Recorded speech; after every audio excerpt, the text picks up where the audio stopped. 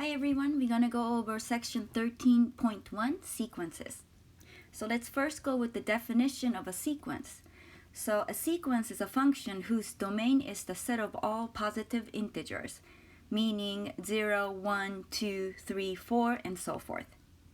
Let's first go with the notations. We're so used to calling a function f of x, but the sequence is usually denoted by a of n, and in shorthand notation we write that as a sub n, and that is called the nth term of a sequence.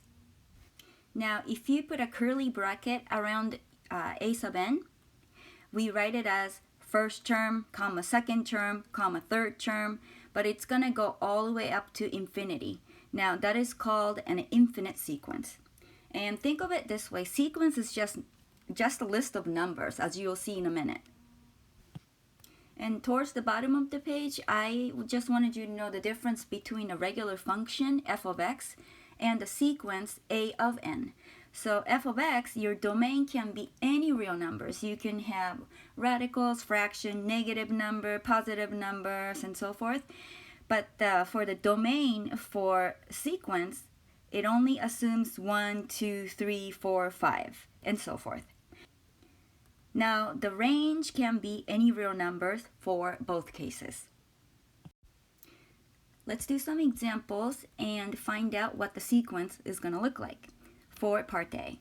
So our sequence is defined by 2n plus 1 over 2n. Now remember that a sub n is a shorthand notation for a of n, which is a function. So let me just write it. A of n is a of n, a sub n is a of n. Instead of calling it f of n, we just have a letter a instead of f. Alright, so let's do this problem. Write out the first four terms. So what we're looking for is a1, a sub 1, a sub 2, a sub 3, and a sub 4. It's a lot easier than you think, so let me just go with the first term. First term is going to be when n equals to 1, so this is it. You just replace n with 1, just like a function. So this is what, 3 over 2? Alright, now let's go with a sub 2. Second term of a sequence is defined by 2 times 2 plus 1, all over 2 times 2. What is that, 5 over 4? Alright, now let's go with the third term of the sequence, a sub 3. So this will be 7 over 6. And then the fourth term of a sequence is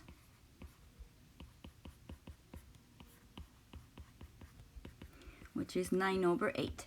Alright, so our sequence, it's going to look like this. Remember, sequence was just a list of numbers. So our an is going to look like 3/2, comma, 5/4, comma, 7 over 6, comma, and then 9 over 8. And then it's going to keep going in infinitely many terms. But since I only asked you to write out the first four terms, I'm just going to box these guys for the answer. Now let's just take a look at what the graph of our an is going to look like. So the biggest value is the first term, which is 3 over 2. So let me just type this in the calculator and get the approximate decimal value. So 3.2 is what, 1.5? And then 5 over 4, 1.25. 7 over 6 is approximately 1.17, and 9 over 8 is approximately 1.13. So notice that as n increases, our sequence is decreasing. But anyways, let me just write it as this is our axis n, and this is a sub n. So the biggest one is 3 over 2. So I'm going to plot this point. So this will be 1, 3 over 2. And when n equals to 2, we're going to have 5 over 4? So 1.25, so it's like a little bit lower.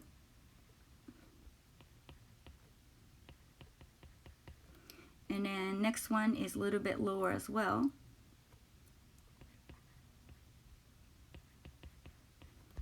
And here we go.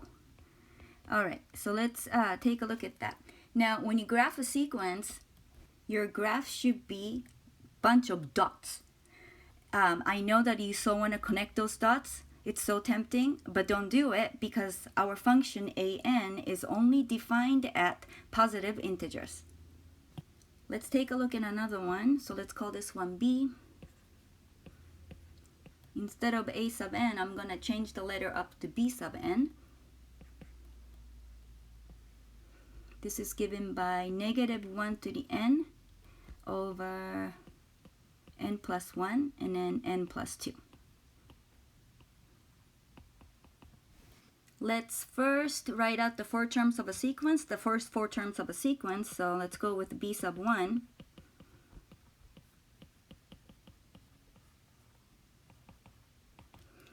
Oops. And then this is going to be negative 1 over 6. So that's going to be our first term. And then b sub 2, it's negative 1 to the second, and then 2 plus 1, and then 2 plus 2. So that's 1 over 12. Third term.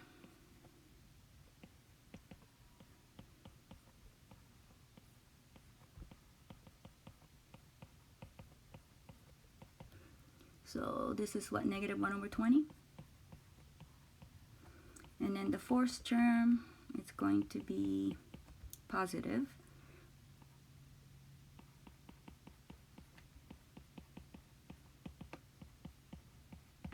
All right, so our bn is going to look like these list of numbers. Negative 1, 6, 1 over 12, negative 1 over 20, and then 1 over 30, and it's going to go yada, yada, yada, yada, yada. But I'm only asking for the first 4 terms. So I'm just going to box this for the answer. Now notice that it's going negative, positive, negative, positive. We call that the alternating sequence. So let me just write that out. If it goes from positive to negative, this implies that sequence is a alternating sequence. Let's try to graph this out.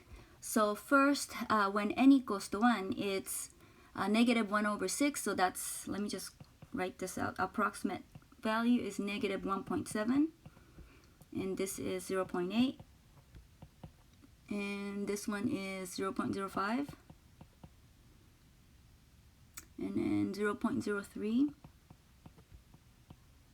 Sorry, this is negative right there. All right, so let me just try to plot this out. So let's just go with this is negative 1 over 6. So let me just plot it here. So this is 1 comma negative 1 over 6. And the second term is going to be 1 over 12, so which is 0.8. So let me just call this one 1 or something like that. 0.8 is a little bit lower, so this is 2 comma 1 over 12. And 1 over negative 1 over 20, it gets even smaller. So it's going to be negative 0.05, so yikes. And then when n equals to 4, it's going to get smaller. You get the idea. So here you're going to have 4 comma 1 over 30. So this sequence is oscillating. It's going from negative, positive, negative, positive. But do you see that all those dots are going towards the n-axis? We're going to learn more about that later on. Let's take a look at example 2. Now we're going to be working backwards from example 1.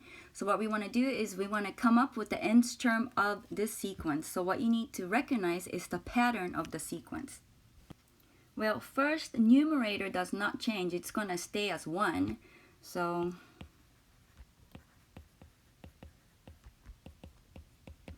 all right, now let's deal with the denominator. It's going to go 1 times 2, then 2 times 3, then 3 times 4, 4 times 5.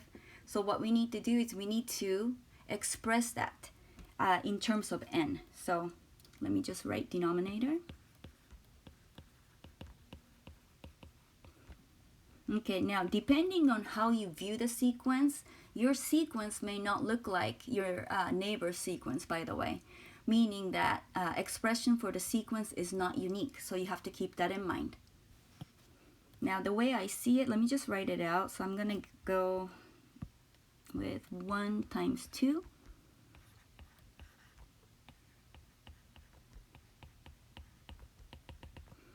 Alright, so let's take a look. Notice that the first number is just 1 less than the second number. Or I should say, second number is 1 bigger than the first number. So I'm just going to try to do this. So first number, and then if I add 1 to it, so let's just look at when n equals to 1. So this is when n equals to 1. Our n is 1, and then if I write n plus 1, that will be 1 plus 1, it will be 2. And when n equals to 2, does it work? So this is when n equals to 2. Then we're going to have 2 times 2 plus 1, which is 3. We're good there. So here, this is the third term. So this is when n equals to 3. Does it work? I think it does. So our nth term of the sequence is going to look like this. Our an is going to be 1 over n and then n plus 1. So this is our nth term of the sequence that's given to us. Let's take a look at another one. So our sequence is defined as 2, negative 4, 6, negative 8, 10, and yada yada yada yada. Now notice that this is an alternating sequence because signs switching from positive, negative, positive, negative. So let me just write it out. This is alternating.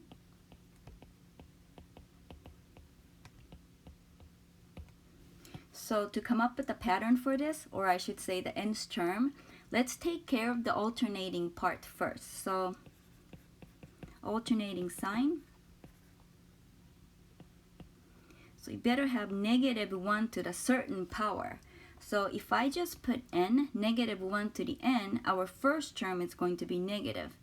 However, our first term is positive, so in that case, let's add 1 to this. Now would that work?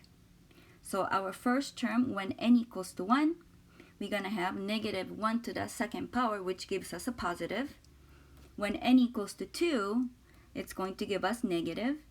N equals to 3, it's gonna give us positive. So I think this is the alternating sign part. Now let's go with the pattern of the numerical values. Okay, so it goes what? 2, 4, 6, 8, and 10. Alright, so let me see. I look at it like this is 2 times 1, 2 times 2, 2 times 3, does that work? 2 times 4, yep. And then 2 times 5, and yada yada yada. So looks like what we're gonna get is 2 times n. So the nth term,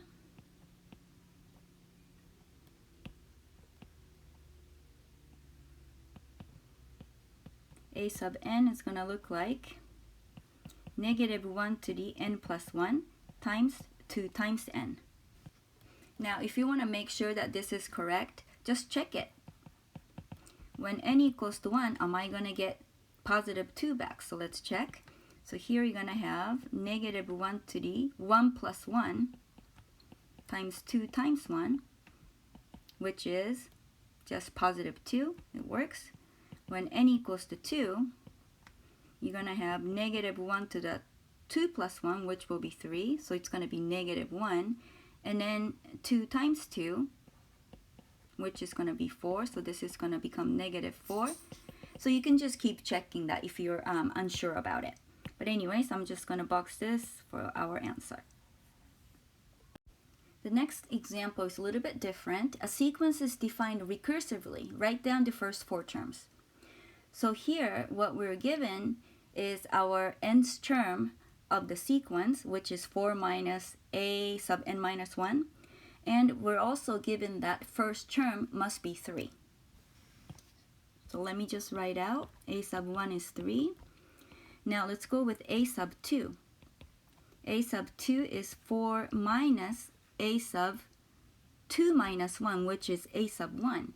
But our a sub 1 is 3, so this is 4 minus 3, which is going to give us 1. Now let's go with a sub 3. So this is 4 minus a sub 3 minus 1, so it's going to be a sub 2. But we just computed a sub 2 right above it, so you're going to have 4 minus 1, which is 3. And then the fourth one, it's going to be 4 minus a sub 3. A sub 3 is the numerical value just right above it, which is 3. So you're going to have 4 minus 3. So again, we're going to get 1. So I think we're done with the problem because we have 4 terms. So our sequence is going to look like 3, 1, 3, 1, and it's going to keep going. All right, but let me just box this for our answer. For the next example, let's increase the level of difficulty a bit. So we're going to have a sub 1 is negative 1, and then a sub 2 is given to us, which will be 1. And our a sub n is defined by a sub n minus 2, and then plus n times a sub n minus 1. Since we're given a sub 1 and a sub 2, let's start out with a sub 3. So if I replace the n with 3, then here you're going to have a sub 3 minus 2, which will be 1, and plus 3 times a sub 3 minus 2, which will be a sub 2. So now what we need to do is, all you got to do is just plug those values in. So a sub 3 is negative 1 plus 3 times 1, which is going to be 2. Do the same exact thing for a sub 4. So this is a sub 4 minus 2, which will be 2, plus 4 times a sub 4 minus 1, which will be 3. So this is going to be a sub 2 is 1, and then a sub 3 is what the value that we just computed, which is 2. So this is going to be 9. So I think we have 4 terms. So let's list it out. So our sequence is going to look like negative 1, 1, 2, and 9. And it's going to keep going in the same pattern. But I just asked you to do the first 4 terms. So this is our answer. Next topic is factorial. The notation for that with n with an exclamation mark. You do not pronounce this as n. It's just n factorial. All right, let's go with the definition. If n is greater or equal to 0 as an integer, the factorial symbol n factorial is defined by 0 factorial is 1 and 1 factorial is 1. But in general, n factorial is n times n minus 1, n times 2, all the way up to 1.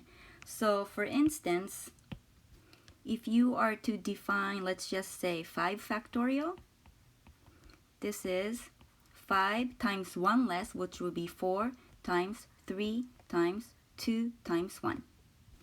But in general, n factorial can be written as n times quantity n minus 1 factorial because of this reason. So let's just take a look at an example.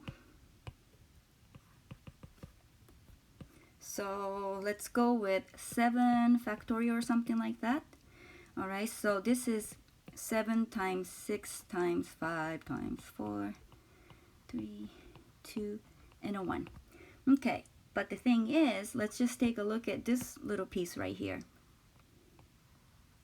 Now, this starts from 6 times 5 times and all the way up to 1. So isn't this nothing but 6 factorial? So that's what the statement is saying. So therefore,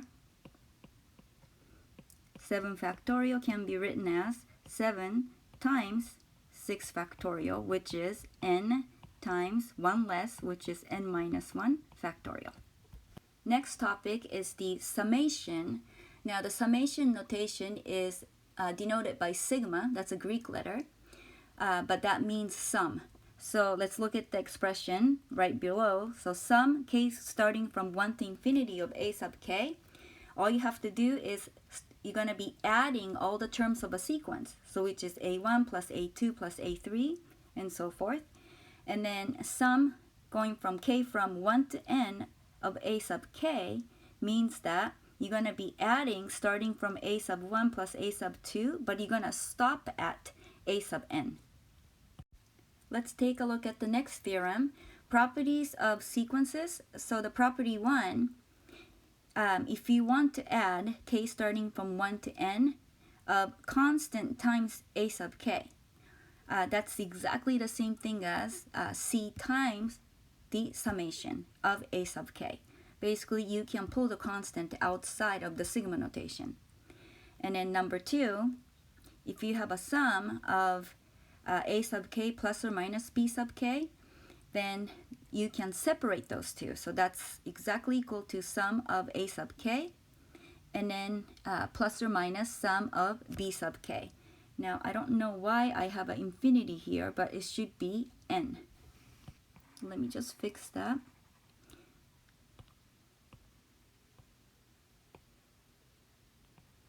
The next property is sum k from 1 to n of c. So c is some constant. So that means that you're going to be adding c n many times, which is equivalent to c times n. Now property number 4.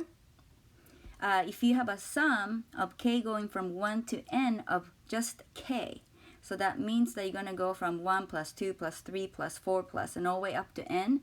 That's the formula. The formula is given by n times n plus 1 all over 2. And the next formula is sum of k squared, which is 1 squared plus 2 squared, all the way up to n squared. That's equal to n plus 1 times 2n plus 1 all over 6. And then for the last one, sum of k to the third, that formula is whole quantity n times n plus 1 over 2 squared. So let's take a look at something like this. So if you have something like k going from 1 to 5, or let's just go with k. So this means you're going to add 1 plus 2 plus all the way up to 5. Yes, I know that you can do this by hand, but what if the summation is going to go all the way up to 680 or something like that? So that means you're going to be starting from 1 plus all the way up to 680. We don't really have time for that. So that's why this formula is very useful. So the formula says it's n, which is 5, and then 5 plus 1 all over 2. So if I add this all together, it's going to be 5 times 6 all over 2, which is going to be 15. So check it in the calculator to make sure that if you add 1 up to 5, it's going to add up to 15. Pretty cool, isn't it? Anyways, let's do some examples. Example 4, write out each sum. So let's take a look at the first one. Now, this summation is going to start from 0 to n minus 1, and our sequence is given by 1 over 3 to the k plus 1. So let's just compute. So our first term is going to start out with the 0 in this case. So this is going to be 1 over 3 to the 0 plus 1, and then plus 1 over 3 to the 1 plus 1,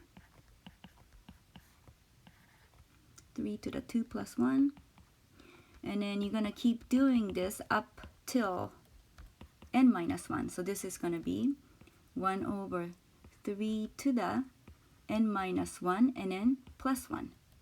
So let's simplify a little bit. So this is 1/3 plus 1/9, 1 over 27. Are you guys seeing the pattern? So then here, if I simplify this, you're going to have n minus 1 plus 1. So you're just going to have 1 over 3 to the n left over. So this is what the question is asking you to find. Let's do another one.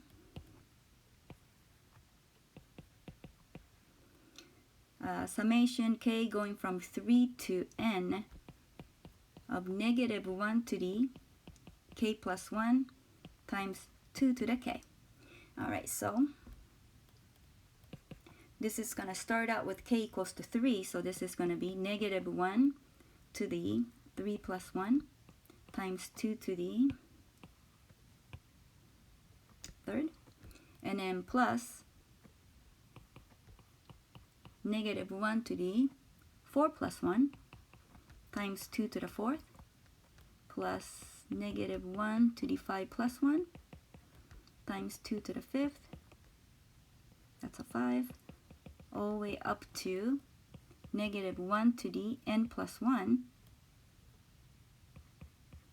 and 2 to the n. Alright, let's simplify a little bit. Before simplifying, let me just do a little recap. So this is when k equals to 3, k is 4, k is 5, and then k is n. Alright, now let's simplify. So this is going to be 8, next one should be minus 16, next one's going to be plus 32, and then minus all the way up to positive negative 1 to the n plus 1, and then 2 to the n. And that's all you have to do.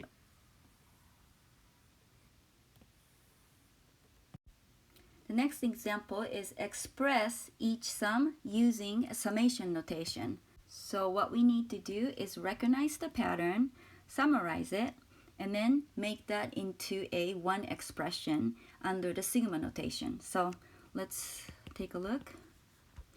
So how about this? You're going to have 1 over e, 2 over e squared, 3 over e to the third.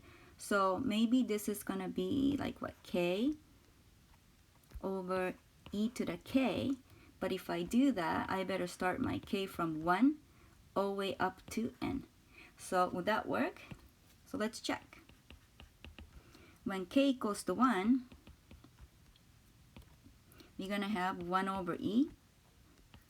K equals to 2, we're going to have 2 over e squared. So I think this pattern's good to go. Alright, so therefore our sum is going to be sum k from 1 to n of k over e to the k. Let's do another one.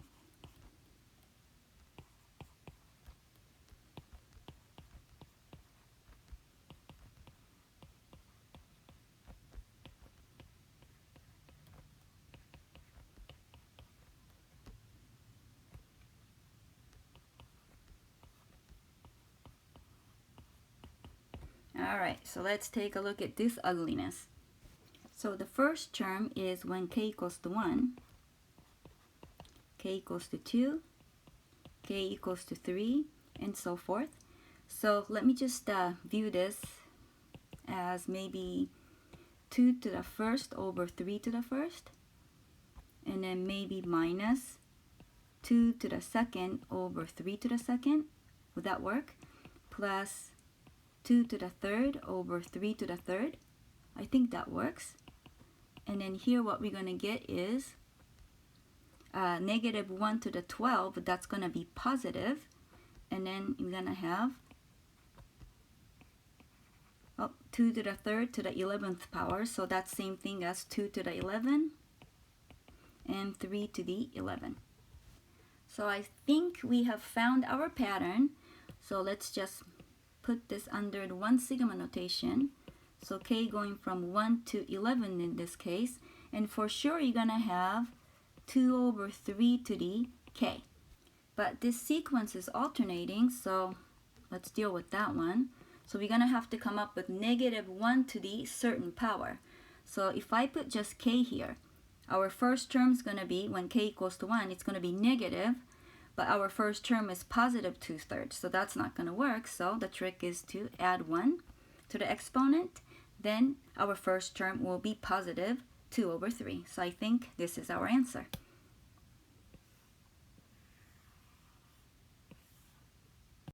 Next example, we've looked at this earlier, but now it's actually an example. So let's do this. So find the sum.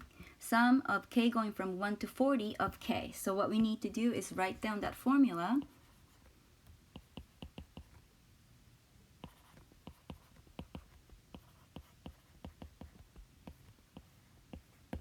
All right, so in our case, our n is 40, so all you got to do is just put them all together.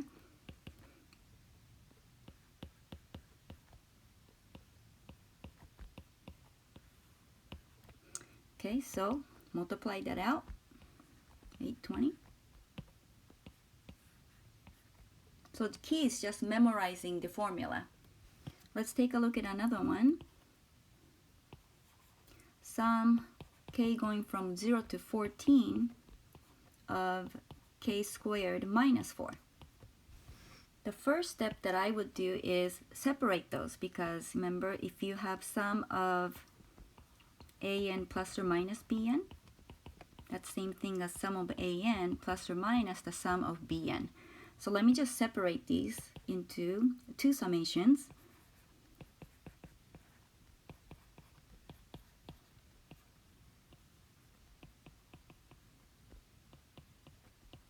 Okay, that's our first step. Next, let's analyze this guy first and then this guy second. We got little work to do. I'm not quite sure if you see why or not, but let me just write down the formula for the summation of k squared. So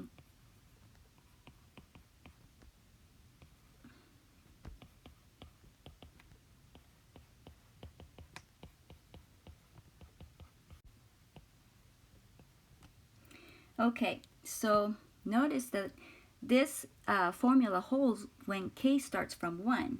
However, our k starts from 0. So we need to fix that a little bit. So as a side work, let's analyze circle 1 first. Okay, so we are given sum k going from 0 to 14 of k squared. Let's just spell this out, meaning let's just expand it. So when k equals to 0, you're going to have 0 squared, and then next one's going to be 1 squared, 2 squared, and then you're going to get all the way up to 14 squared, which is exactly the same thing as 1 squared plus 2 squared plus all the way up to 14 squared. Now what we need to do is we need to write an equivalent expression, but k starting from 1. So let me see. If k starts from 1, to express this pattern here, isn't it same thing as just k squared? And then this is going to go all the way up to 14. So I guess we didn't really need to change too much, just because our first term is going to be 0 in this case. So let's check just for fun of it. When k equals to 1, we're going to have k squared, and then 2 squared, and then we're going to have 14 squared, so which matches up. So therefore, sum k going from 0 to 14 of k squared is k going from 1 to 14 of k squared. This worked again because first term is a 0 squared, which is a 0. It didn't count. So let me just box that, and then we'll apply the formula to that in a minute after we analyze sum of 4. So now let's take a look at, as a side work, number 2. So we got sum k going from 0 to 14 of 4. Again, let's spell it out. So this is telling you is that when k equals to 0, we're going to start out with 4, plus when k equals to 1, it's 4, k equals to 2, it's 4, and then when k stops at 14, so here we have that. Now, how many 4s are you adding? You're not just adding 14, but you're adding 15 4s. So let me just write that out. So there are 15 many 4s. All right, now what we want to do is we want to write an equivalent expression, but k starting from 1 to somewhere, but we better have a 4 in here. Okay, so if I start from k equals to 1, and notice that above expression we have 15 many 4s. So that means that we're going to have to go up 15 if I shift the indices starting from k equals to 1. Because in this case, when k equals to 1, we're going to have 4. K equals to 2, 4. K equals to 3, we're going to have 4. And then plus, this is when k equals to 15. So how many 4s do we have? In this case, we have 15 many 4s. So that means that the sum k starting from 0 to 14 of 4 is sum k starting from 1 to 15 of 4. So now let's put our answers all together. So I think we got up to here. Sum k going from 0 to 14 of k squared, and then minus sum k from 0 to 14 of 4. Okay, but now we just found out that this is going to be sum k going from 1 to 14 of k squared, and then minus the sum k starting from 1 to 15 of 4. Now let me write down the formulas again. So we have, so this is n plus 1, 2n plus 1, all over 6, and sum k going from 1 to n of just a constant c is c times n. Okay, so for the first sum, let's apply the formula for k squared. So this is going to be n, which is 14, and then 14 plus 1, and then 2 times 14 plus 1, all over 6, which give us 1015. Okay, now I'm out of room, sorry. Let me just try to erase this portion here. I'll rewrite it above.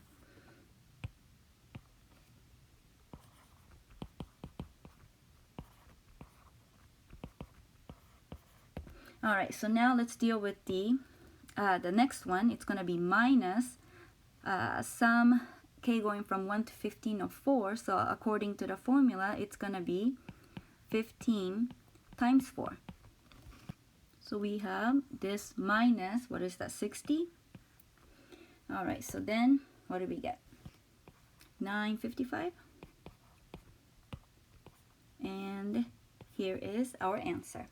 And I'm going to just stop here, but if you have any questions at all, please let me know. And good job, everyone.